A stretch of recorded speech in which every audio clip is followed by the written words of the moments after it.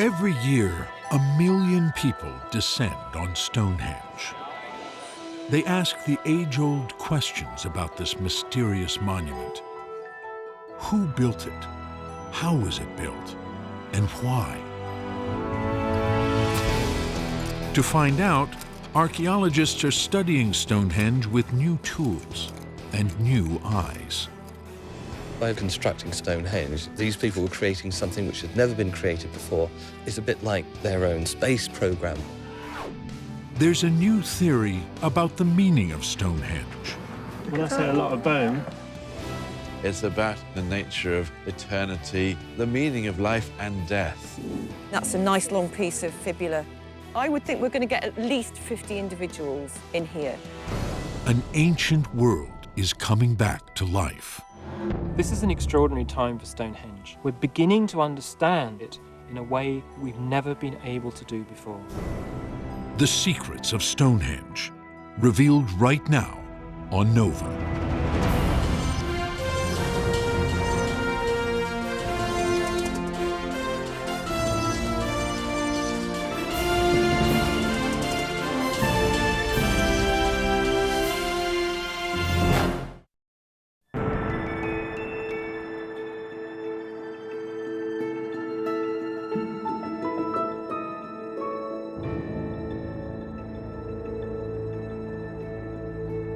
Brooding and majestic, Stonehenge is an icon of prehistory.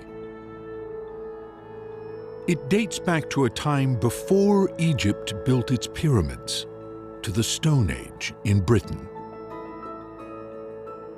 Time has taken its toll, but this monument remains a marvel of ancient engineering.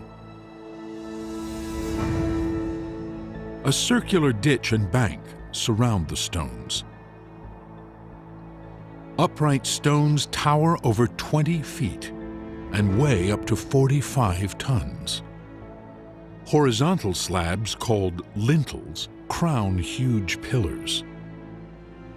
All these giants are made of sarsen, a local sandstone harder than granite. Yet they were carved and fitted like woodwork. Uprights were tapered and topped with knobs. These fit hollows on the bottoms of lintels. Curved lintels, joined by tongue and groove, formed a nearly perfect circle. And despite a slight slope, this ring of lintels was level to within inches.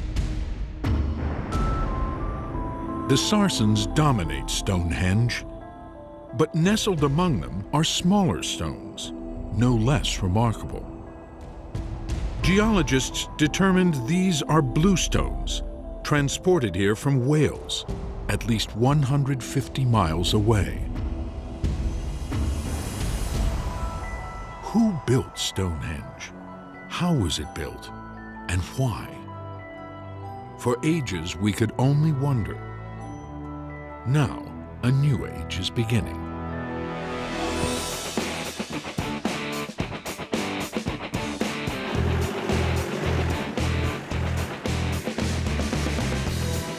An army of archaeologists deploys around Stonehenge. Hey, everybody! Led by Mike Parker Pearson, the Stonehenge Riverside Project is nearly 200 strong, with scientists, students, and specialists in everything from astronomy to field survey. We're 6 years into this archaeological project. It's one of the biggest in the world, I reckon. So it's a really big chance to find out some of the key questions about Stonehenge.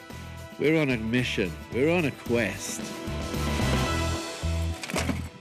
It's a quest to reconstruct the ancient world that gave rise to Stonehenge and resurrect the people who built it.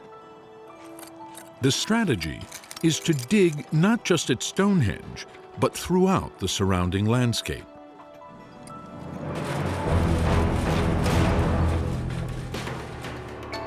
Stonehenge itself was extensively excavated during the 20th century. Those digs established that the monument was built in stages. prehistoric people chose a rolling stretch of Salisbury Plain. And around 3000 BC, they dug a ditch, a bank, and a ring of 56 pits into the underlying chalk of the plain. These pits probably held the bluestones, brought all the way from Wales.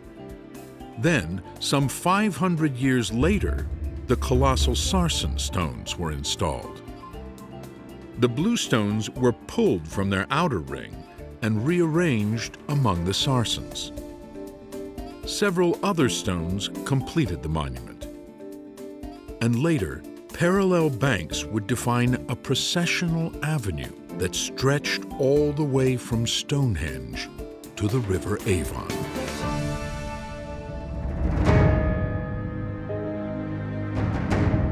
20th century excavations also uncovered the dead of Stonehenge. In the 1920s, nearly 60 human burials were excavated here, many in that outer ring of 56 pits known as the Aubrey Holes. But the discoveries were hardly acknowledged because these were cremation burials. These people had been cremated, so they didn't have nice skulls with gleaming teeth to display. They had bundles of ash and bits of broken, burnt bone. The archaeologists weren't interested in those as objects. At that time, it was firmly believed that there was nothing you could learn from looking at cremated bone. Not a single museum in Britain wanted the bones, so in 1935, they were reburied in Aubrey Hole number 7. The idea that Stonehenge was actually one of, if not the biggest cremation cemetery in early prehistoric Europe, just disappeared into the ground, into Aubrey Hole 7, and was forgotten about. The bones were left undisturbed until today. Mike Parker Pearson has come to retrieve the dead of Stonehenge. To him, they represent a treasure trove of information. With closer analysis of those remains, even though they're burnt, we can work out people's approximate ages. We may be able to work out if they're male or female. We may even be able to find out more about their standard of life. So it's a really important opportunity to learn about the Stonehenge people. Records from 1935 state the bones were placed in 4 burlap bags and buried with a commemorative plaque.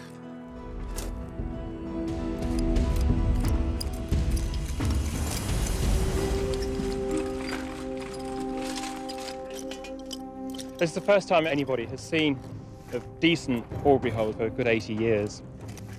It's quite impressive, but it's what's underneath it. It's lower down. That's what we're most interested in. And we're getting close. So. Oh, look. What's that? Is it? Suddenly, they spot a tiny piece of bone. Yep. It's bone, yeah.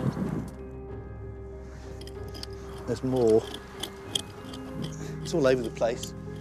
The burlap bags that contained the bones have rotted away. I think we've just got to very carefully loosen the soil bit by bit. Is it desperately uncomfortable? Yeah, it is quite. Yeah. So we're just going to take it in turns and do as long as each of us can stand. Till the blood rushes to your head and you start to feel faint. That's already happened. Here we go, here we go. Oh, look what I found. The plug. There it is. Read it out for us. Most of these bones were dug up in the years 1921, 1922, 1923, reburied 1935. Yeah, but actually it doesn't tell us anything we don't know, does it? I know, but isn't it nice? We've finally reached the bone layer. I think we were all hoping that the two men who buried these bones for posterity would actually put them in decent containers. But all we're really looking at is very loose cremated bone. Oh, crikey, When I say a lot of bone, we've lifted the plaque, and what we saw underneath was quite a shock. Just a complete jumbled mass of bone from who knows how many people. The plaque has stopped soil falling down in amongst them. So as the sack rotted, the bones were left completely clean. but it's going to be a serious jigsaw puzzle in the lab. I was hoping it was going to be easy, but this is the worst-case scenario. Little remains of the people of Stonehenge. What do we know of their world?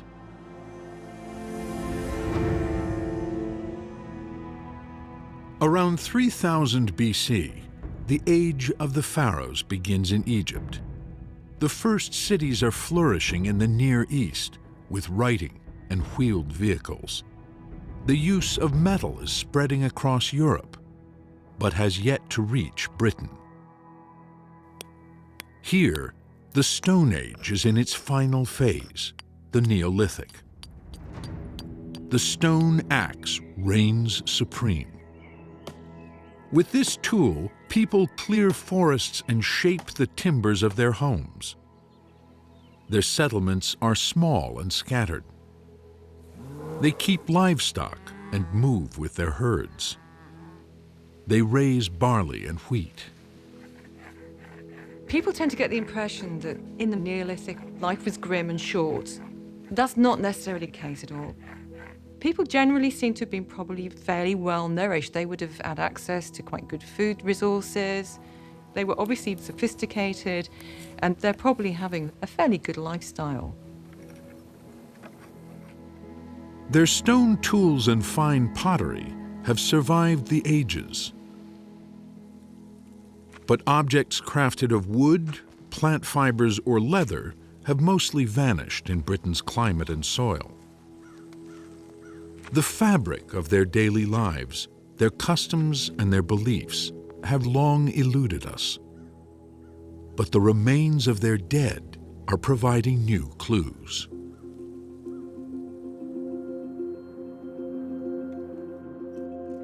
At Aubrey Hole number 7, Jacqueline McKinley joins the excavation effort. An expert on ancient human remains, she quickly spots individual features. That's a nice long piece of fibula. Brilliant. Probably second or third molar. That's the back of the skull, look. In fact, that's a chap. That's a male. Jolly good. It's a very important collection. We're in a very important place. Although it looks like a mass, by separating out the different skeletal elements, we can work out how many people there were in there, and the sex and the age of those individuals. Looking at the amount of material we've got, I would think we're going to get at least 50 individuals in here.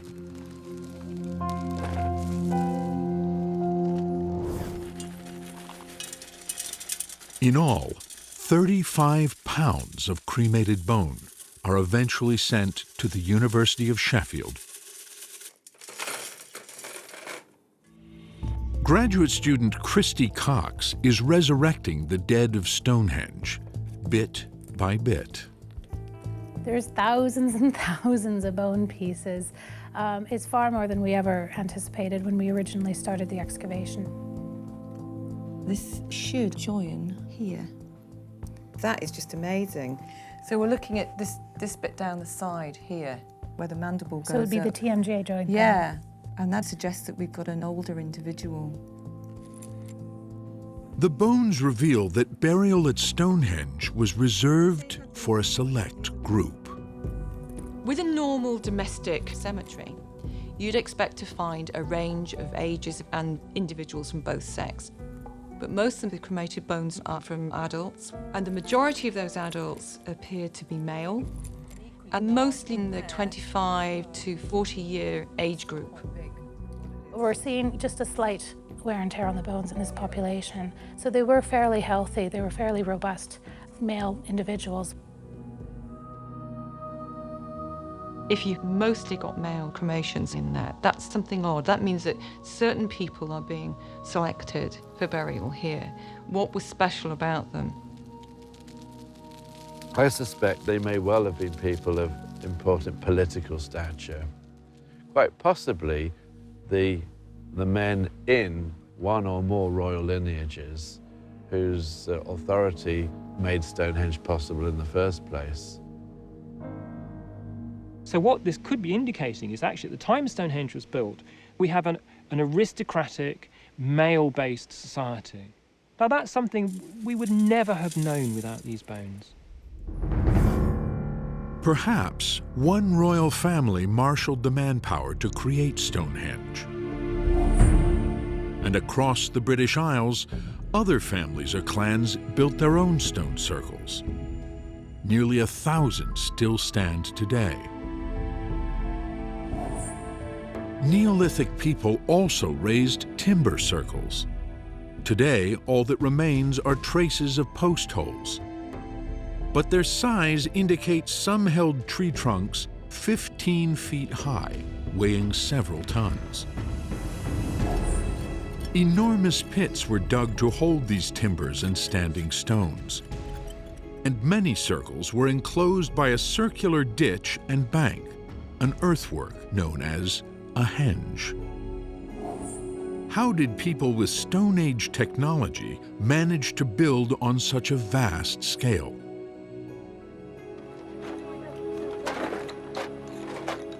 Near Stonehenge, Parker Pearson's team excavates a prehistoric ditch carved into the chalk of Salisbury Plain. Suddenly, an ancient digging tool comes to light. Oh! Oh, look at that! It's a pick made from the antler of a red deer. Oh, yeah. Antler picks were used as the means of excavating these features, ditches and pits during the Neolithic. You can imagine people using these picks to lever out the great chunks of chalk, prizing it out, and then putting it into baskets and pulling it out of the hole. An enormously labour-intensive task. When they got to the bottom and when they finished, maybe it was broken and they just dropped it, or maybe they just deliberately left it there, almost as an offering. But how did people move the giant sarsens, up to 45 tons of solid rock? How did they raise lintels to the tops of those gate-like structures called trilithons? To archaeologist Mike Pitts, the process involved manpower and myth. We're about 20 miles north of Stonehenge, and this area is probably where all the big stones, the sarsens at Stonehenge, came from. This landscape now looks very much as I think it would have been in the Neolithic. So we have the trees, we have the forests growing, expressing life, and we have the stones in thousands lying largely under the ground like bodies. These are places that could be repositories of superstition, of myth and fear and danger.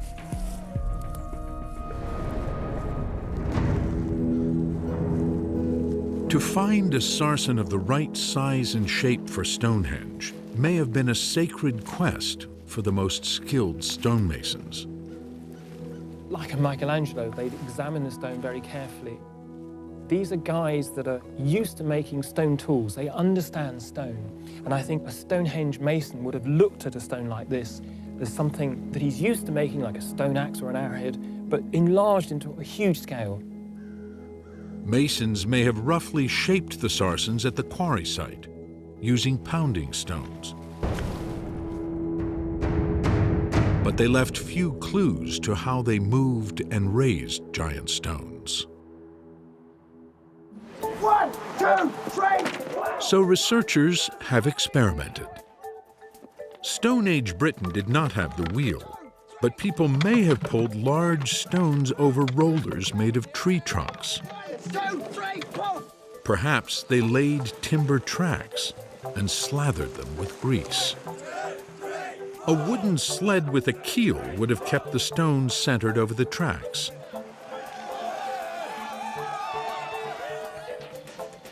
Raising a giant stone involved somehow tipping it into a giant hole.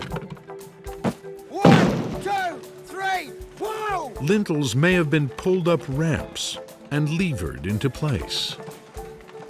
All these techniques are plausible. There's just no evidence they were actually used. Now, there's a new theory.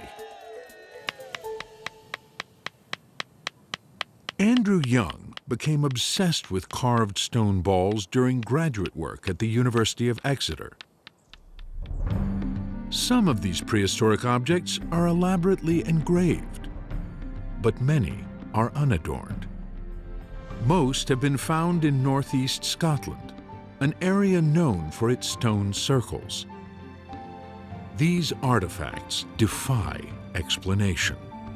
People had said they might be weapons or for throwing or possibly pounding vegetables, kinds of things that you could do with a portable stone object. Nothing that anybody had really said about them satisfied my question, what are they for? Young taught himself to carve replicas and pondered one strange fact. Many carved balls, engraved and plain, have exactly the same diameter. Large numbers that are identical in size to the millimetre. And why would they need to be identical in size? And that just gave me that eureka moment. Wow, if you're going to use them as a wheel, you need them to be the same size. Andrew Young had a vision of Stone Age ball-bearing technology. For his PhD thesis, he's testing his idea at a farm near Stonehenge. So this one's high. He's joined by a team of fellow students and his graduate advisor, Bruce Bradley, an authority on experimental archaeology. All right, let's move them back towards each other. Andy brought this theory to me. I was astounded because it just made sense. It's just so obvious. Why didn't somebody think of this before? With rails made of Douglas fir, they'll build 80 feet of track. It's not straight, though. Each rail has a channel cut into it to hold granite balls hand-finished to a precise 75-millimeter diameter. They'll also use wooden balls. During the time of Stonehenge, people were skilled at carving stone and wood and could have produced all these components. That's a lot better. Instead of a giant stone, the team has 25 tons of gravel, and Andrew Young has his concerns. I'm really worried about the type of wood we used. They would probably have used oak in the Neolithic. We haven't been able to use oak because of the cost. The wood we've got is perhaps too soft. They build a platform, a crib to straddle the rails and carry the weight. The worst fear would be that we'd get just a couple tons on there and we couldn't push it anywhere. There's a lot of unknowns right now, and that's what experiments are all about. They load 3.3 tons, roughly the weight of a bluestone at Stonehenge. 1, 2, 3, go. Keep it going. Keep it going. Oh, darn. Almost immediately, they're stuck. Oh, man, what happened? The weight is crushing the Douglas fir.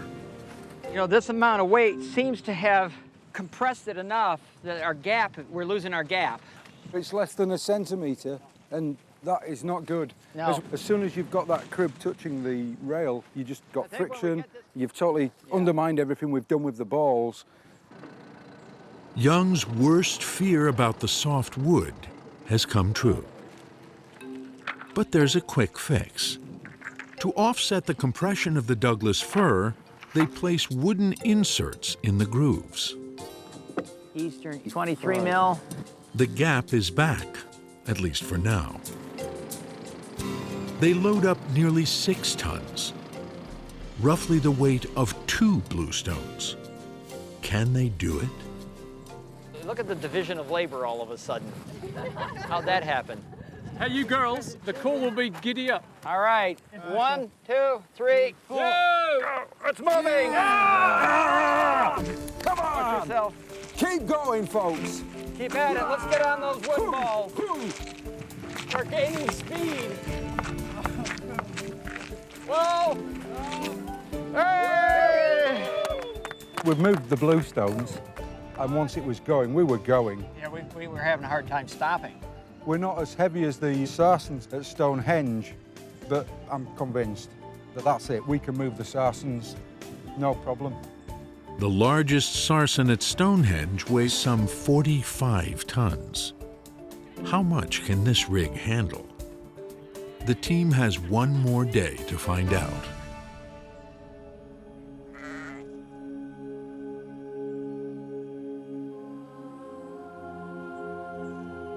Moving the sarsens was just one challenge for the builders of Stonehenge. They also had to carve these giants to fit together. How did they achieve such precision? Just outside Stonehenge, Parker Pearson's team noticed small pieces of sarsen emerging from, of all things, molehills. The little molehills allowed us to see that there was sarsen under the ground as little chips were dug up by these little furry creatures. A small trench revealed an astonishing carpet of stone fragments, debris from the dressing of giant stones. The stone dressing trench has produced fantastic surprises. This is where the stones were lying and having their faces trimmed and bashed, and we've been able to find in that tiny trench 50 hammerstones. This is a hammerstone. Actually fits quite nicely in the hand, as it turns out. And you can see all the pitting around the outside where it's been banging against something. The Neolithic builder would literally have stood alongside the stone to do the more fine-scale work. It's going to take ages just to get that fine shape. Stonehenge is an expenditure of labour on a grand scale. You know, it's easy for us to forget that these people were creating something which had never been created before. It's a bit like their own space program. Stonehenge is a masterpiece of Stone Age technology. But what did it mean to the people who built it? Was it simply the burial ground of a royal family, or was there more to the monument? An enduring theory about the meaning of Stonehenge dates back to an observation made by 18th century scholars. They noticed that the entrance to Stonehenge faces the rising sun on the longest day of the year, the summer solstice. By the 1960s, people had embraced the monument as an observatory, used by ancient astronomers to track the sun and moon.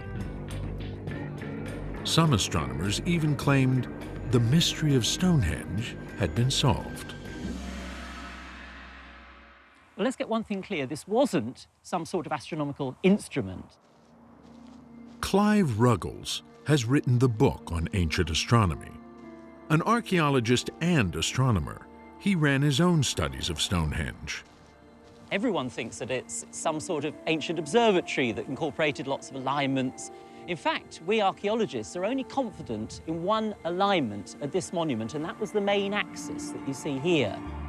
This axis runs right through the center of Stonehenge and down its avenue. In this direction, it points at sunrise on the summer solstice, around June 21st. On those few days around the longest day of the year, just as the sun rises, you would have seen a shaft of sunlight coming right into this. It would have been a very spectacular effect. The thing is, if the axis is pointing at midsummer sunrise this way, then it also has another direction. We come round the site. You have to do a bit of imagining here. We've got these big trilithons, 1 and 2, standing here. There was another one standing here. We've only got one of the uprights left. Then, in fact, the axis in this direction points at the sunset on the shortest day of the year, midwinter sunset. So the sun will be coming down like this and setting in this direction along the axis. This extraordinary alignment sheds light on the beliefs and rituals of people in the ancient world. Stonehenge isn't the only place that has an astronomical alignment built into it. There are many ancient peoples all over the world who've incorporated alignments on the sun, the moon, sometimes the stars. And what it's probably telling us is about a connection in people's minds between the sun and the seasonal cycle and how by having the right ceremonials at the right time, they could keep in harmony with the cosmos. The alignment at Stonehenge suggests the solstices were important times of year for the people who built the monument. Mike Parker Pearson has unearthed evidence supporting that idea, though he didn't set out to study Stonehenge. I never thought I'd be doing any work here in a million years, and I had many other interesting things to do, so it was a series of accidents that really led to our project getting up and running. He had spent years in Madagascar studying traditional burial practices. Here, people build stone monuments for the dead. They believe stone belongs to the realm of the ancestors. The realm of the living is built of perishable materials, like wood. In 1998, Parker Pearson happened to visit Stonehenge with an archaeologist from Madagascar. When my colleague Ramilson saw all of this on a cold February morning, it was something of a bombshell, because what he was to say was to change archaeologists' understanding of this monument completely and to lead to a huge new program of archaeological research. I believe this is a meeting place to connect with the ancestors. I am utterly convinced the stones are linked to the ancestors. And that's the moment the light bulb went on in my mind, and I thought stone was associated with the ancestors, the dead, and constructions in timber should be associated with the living. And this made me think a little more about what was happening in the Stonehenge landscape.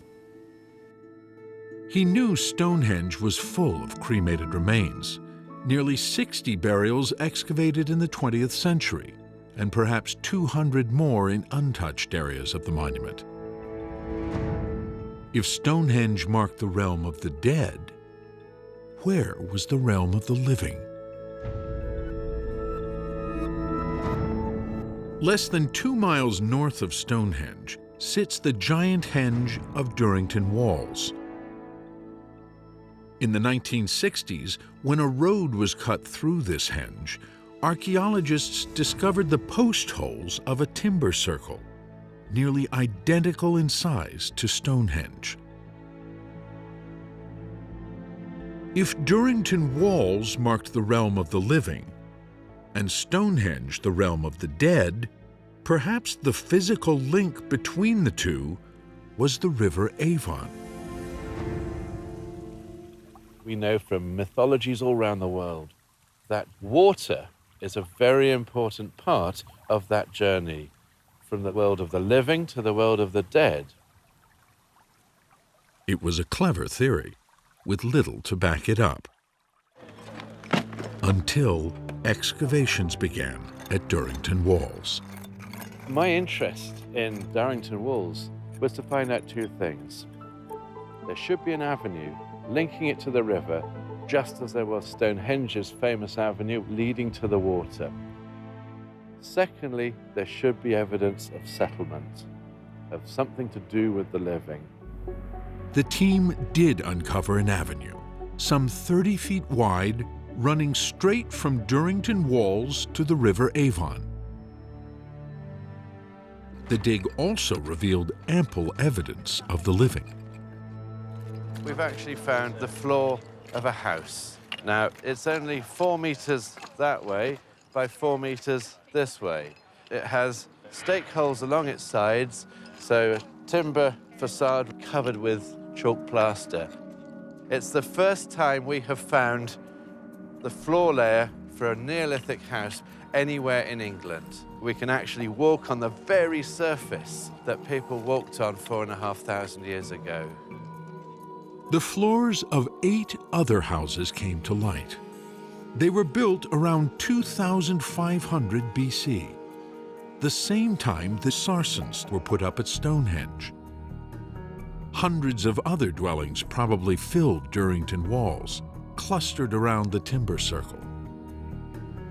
I think we could be looking at this entire area covered in houses, perhaps with a central open area, forming the largest village in Northern Europe at that time.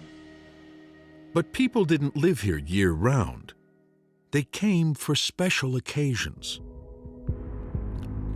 In between the houses, the team found huge piles of pig and cattle bones. We find a lot of them still joined together, so they must have been thrown away while there was still soft tissue holding them together. What this is telling us is that these are people who are feasting.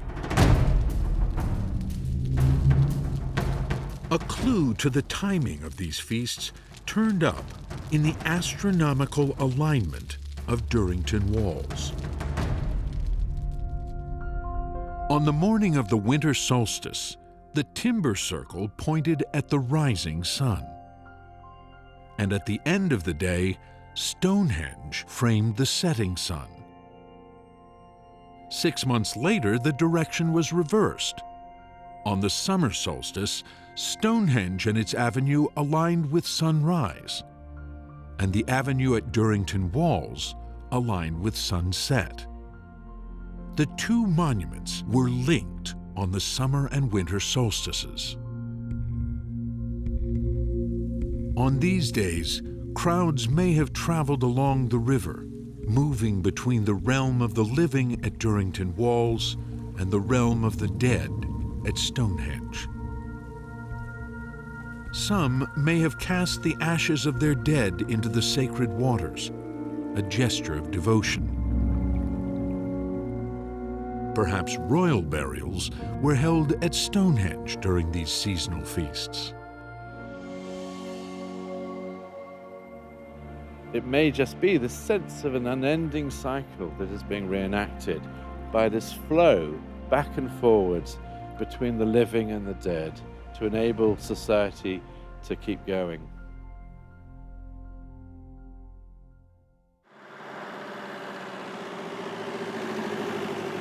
Parker Pearson had discovered traces of an ancient belief system etched into the landscape around Stonehenge. But one question still lingered about the monument's location. Why was Stonehenge built on such an unremarkable patch of countryside, not on a ridge or hilltop? The answer may lie hidden beneath the surface of the Stonehenge Avenue, the great processional route leading to the River Avon. This feature was mapped by running a small electric current through the soil and measuring its resistance. The technique can detect structures under the surface.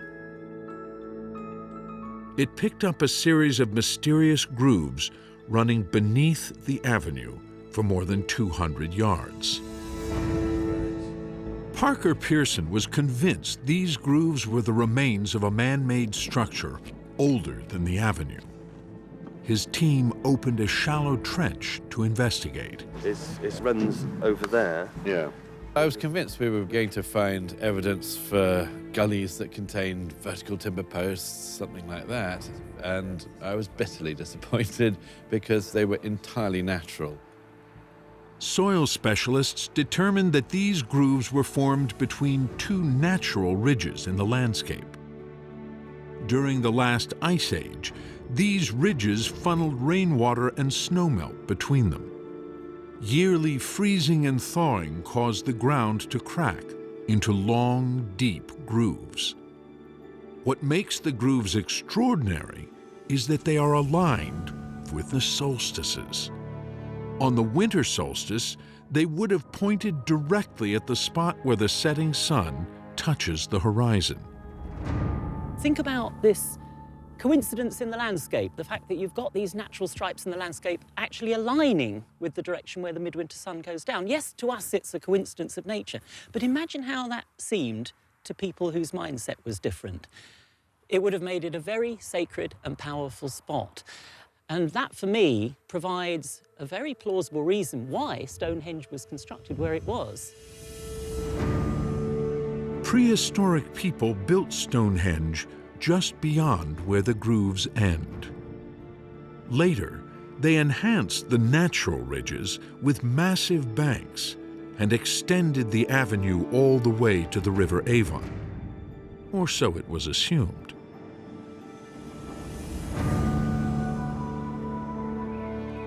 No one had ever excavated the riverbank where the avenue ought to end, just beyond a row of country estates.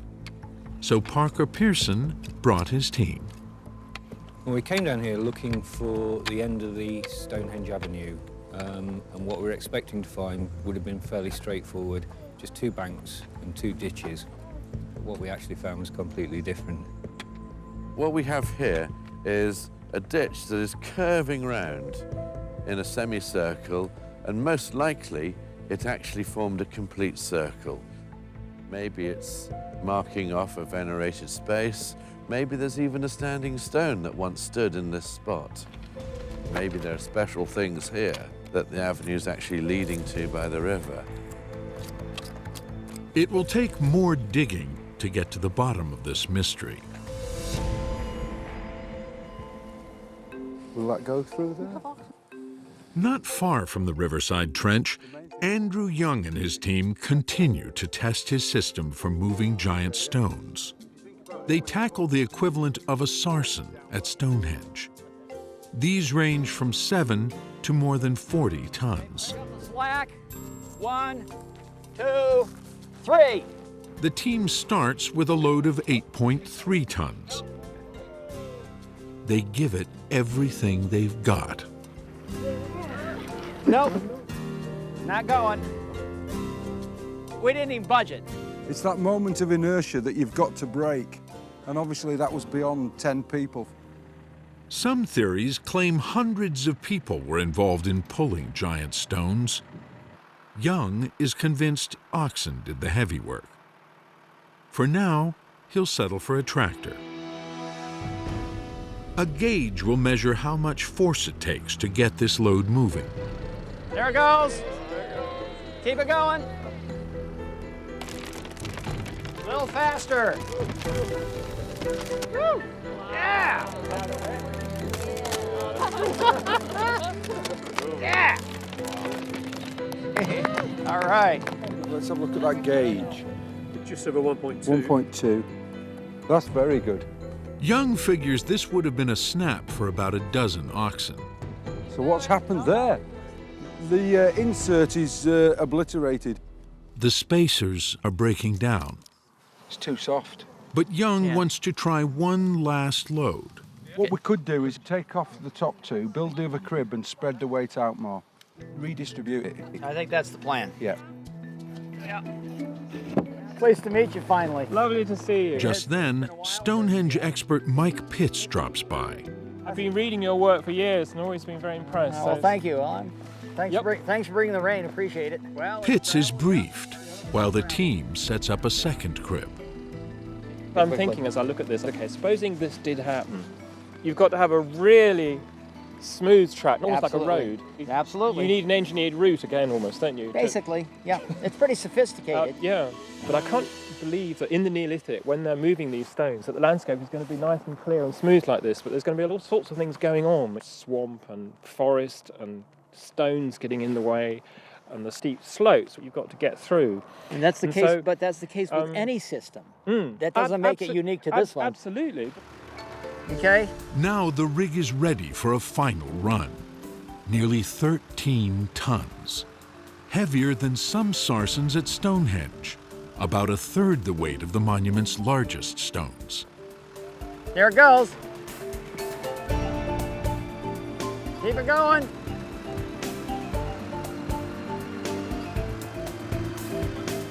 Keep it going. Keep it going. Uh-oh. Stop! What happened? Did you... It just sort of went down, and I think it went down. I don't know where it went down. Picked them all up. The wood's bent now. Yeah, but it worked. I don't know about you, but I was pleased with that. I think we're done, because we can't stay out here and get everybody frozen. The sky's clear for a few afterthoughts. I'm not at all convinced. I think it's too sophisticated. We don't need that level of complexity to move Stonehenge. The more complex you make it, the more likely it is to go wrong. I think a lot of times we think of people that live in simple cultures as we define them don't have a science because it's not written down or it's not formulaic, but these people's technology is their science. I'm satisfied that my initial idea seems to work on a big scale. So I'm just happy it's all gone the way it has, because you don't know until you try. For all we know, the builders of Stonehenge used techniques no modern researcher has yet imagined. If only we could excavate the Neolithic mind.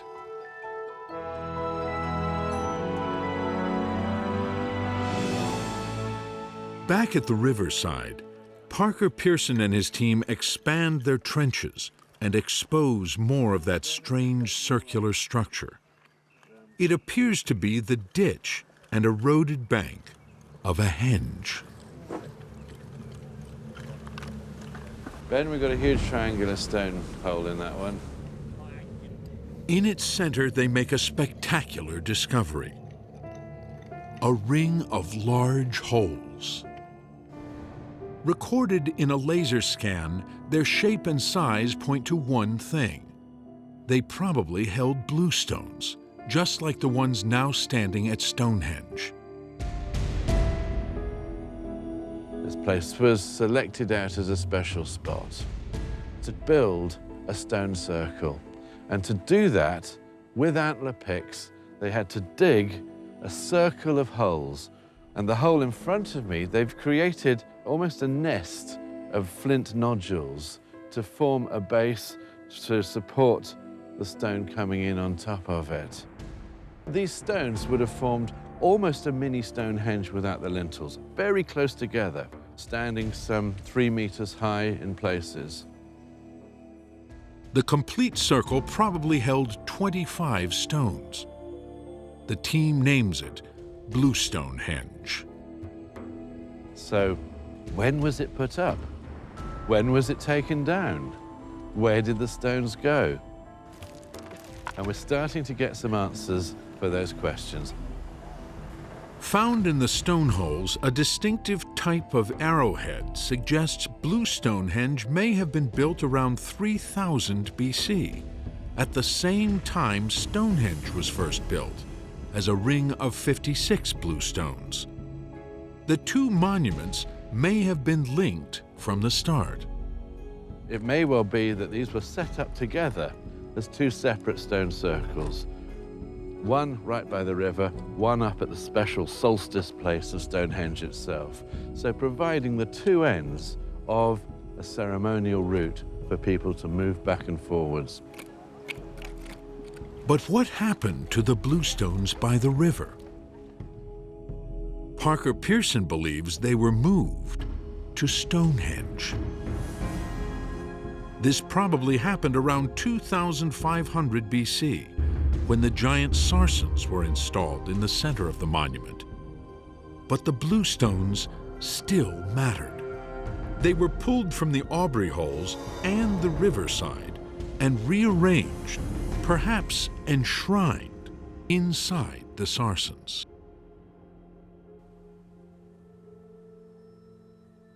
To the people who built and rebuilt Stonehenge, what did the bluestones mean? Why were dozens gathered from these outcrops in Wales, at least 150 miles away? Some of Britain's first farmers put down roots in Wales, 1,000 years before Stonehenge was created. Parker Pearson believes their descendants brought the bluestones to Salisbury Plain. When you actually move a stone, you're planting your identity, your very ancestry into the ground. You're saying, yes, we used to come from over there, but this is our place. And these are the symbol that even our ancestors occupy this space. So what I think we're seeing is that sense of transferring one's ancestors and ancestry in the form of stones And here we have this very expression of belonging. Around 2500 BC, Stonehenge became a monument like no other, a symbol of everything the Stone Age could achieve. But this is one of the last great monuments to be built in southern Britain. It's the end of an era rather than the flowering of a huge, powerful civilization. It's something of a swan song.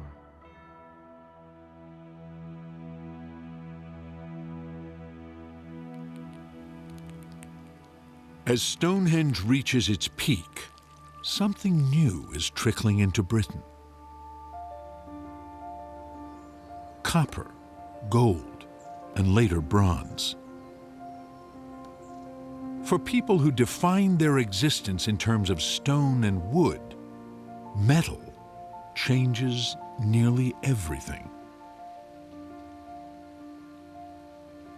With metal comes a focus on personal wealth and status.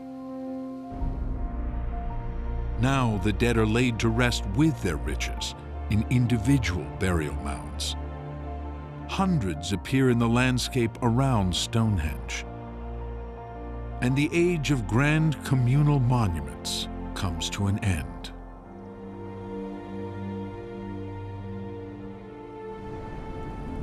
A symbol of eternity, Stonehenge was built to stand forever. But in time, the great stone circle was abandoned.